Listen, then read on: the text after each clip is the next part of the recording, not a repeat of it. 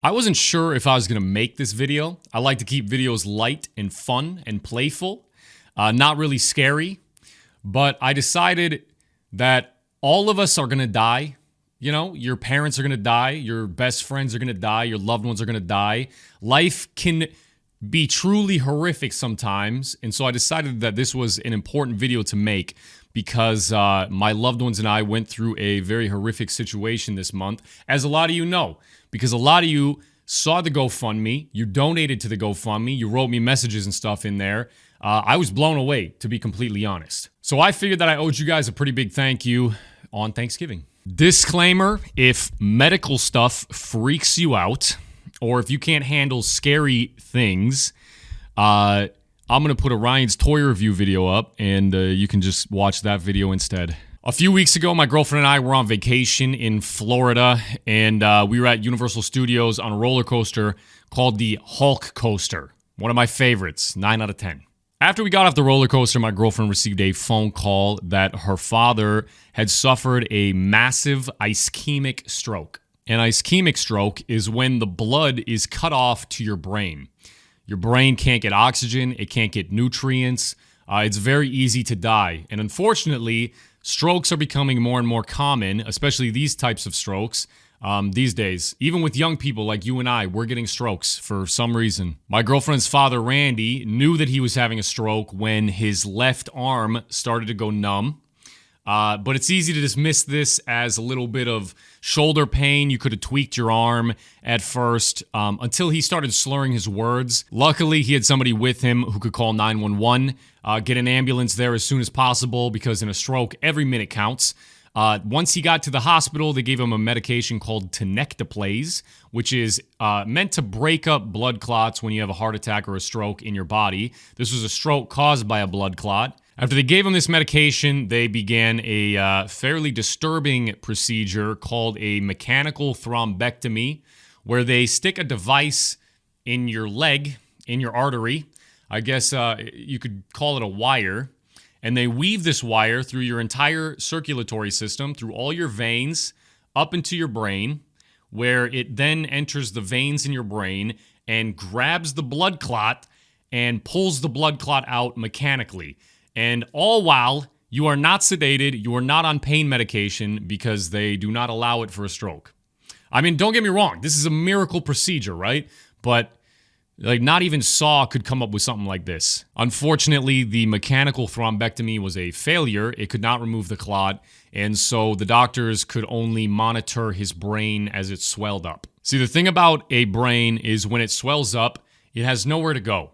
All right, so the only thing it can really do is it can compress itself, which causes the brain cells to die, or it can compress what is called your brain stem, which goes from your spine to your brain, and this controls everything from your breathing to your heart rate, and it's a pretty quick death if that gets compressed. The day after the stroke, the doctors decided that the swelling in Randy's brain was bad enough where they were going to put him on a helicopter and fly him to the #1 hospital in the world for emergency brain surgery, where their plan was to perform what is called a craniectomy, where you remove the skull to allow the brain to swell and not kill you. It is, this is true horror. There's no beating around the bush here. It's just true horror. All of this is going on while my girlfriend and I are stuck in Florida on vacation. We had to get a flight home that day. The airlines charged us $1,000 for. And then we had to beg people in line at TSA to let us cut because we were going to miss that flight. Moral of the story, if there is such a thing as a demonic, soul-snatching scum sucker on this earth, I guarantee you, man, they either work at the airlines or they work at TSA. No offense if you work at TSA. Now, when we finally got to the hospital, the doctors told us that Randy was unlikely to survive. The brain swelling was reaching a critical state, and even after removing the skull, there was nothing more they could do. The brain is just going to swell up and essentially kill him.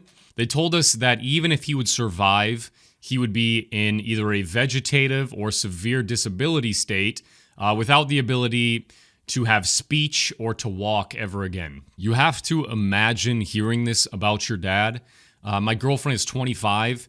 Imagine hearing that your dad, who you haven't even been able to speak with because you've been in Florida at all before any of this, is never going to be able to walk again, never going to be able to talk again, and is probably going to die. It's tattooed in my brain, that exact moment where the team of 8 doctors comes in the room. Only one of them talks. The other 7 are dead quiet, and they give you that news, and then it's just dead quiet. All you hear is crying. It's nothing can get that out of your head. 3 to 5 days after you have a stroke, your brain reaches maximum swelling. It's a brain injury, so your brain just naturally swells up with something that is called cerebral edema, or fluid in the brain. When you have cerebral edema, it's very easy for the fluid to build up. It just compresses your brain. It compresses your brain stem, and when this happens, lights out. Now, the doctors told us that if he was going to die, it was going to be in the next couple of days, because he was at day 3, 4, and 5 of his brain swelling up. And that it could happen in the middle of the night.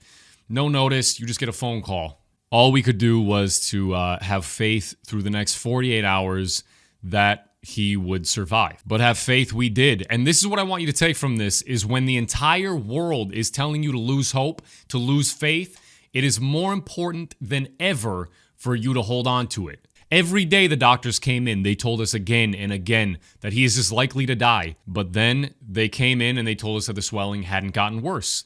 And then they told us that the swelling actually went down a little bit. And then he could wiggle his fingers a little bit. And then he opened his eyes.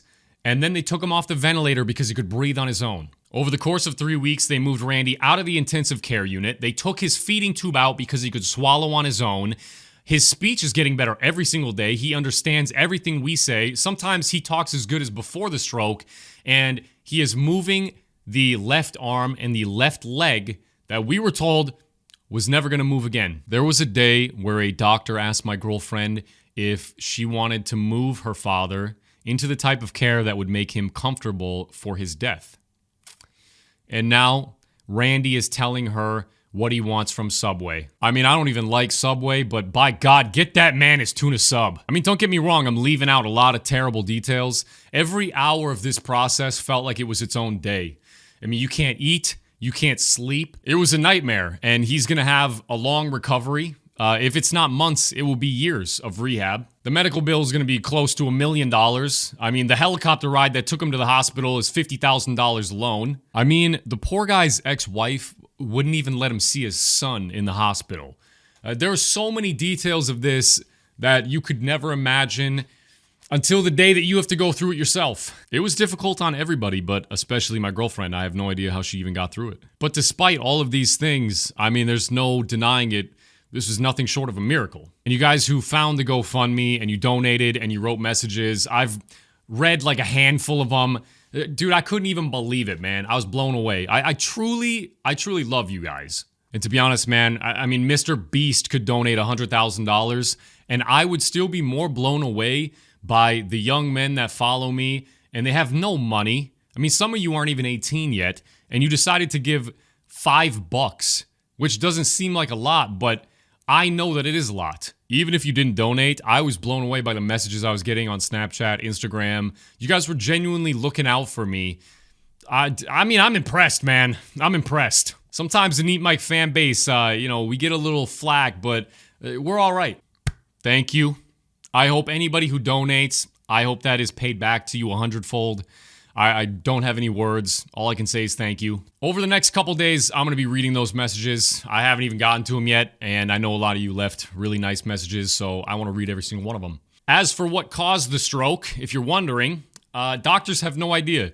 They've done multiple tests on his heart, his lungs, his legs, all over. They just keep telling us they have no idea what caused the stroke. I have my suspicions, but it's irrelevant in the grand scheme. We're in the recovery stage. We're grateful for that. So, thank you to everybody involved with this situation. You guys were amazing. I can't believe you donated to the GoFundMe. I was blown away. To the doctors that saved his life at St. Mary's Hospital in Rochester, greatest hospital in the world.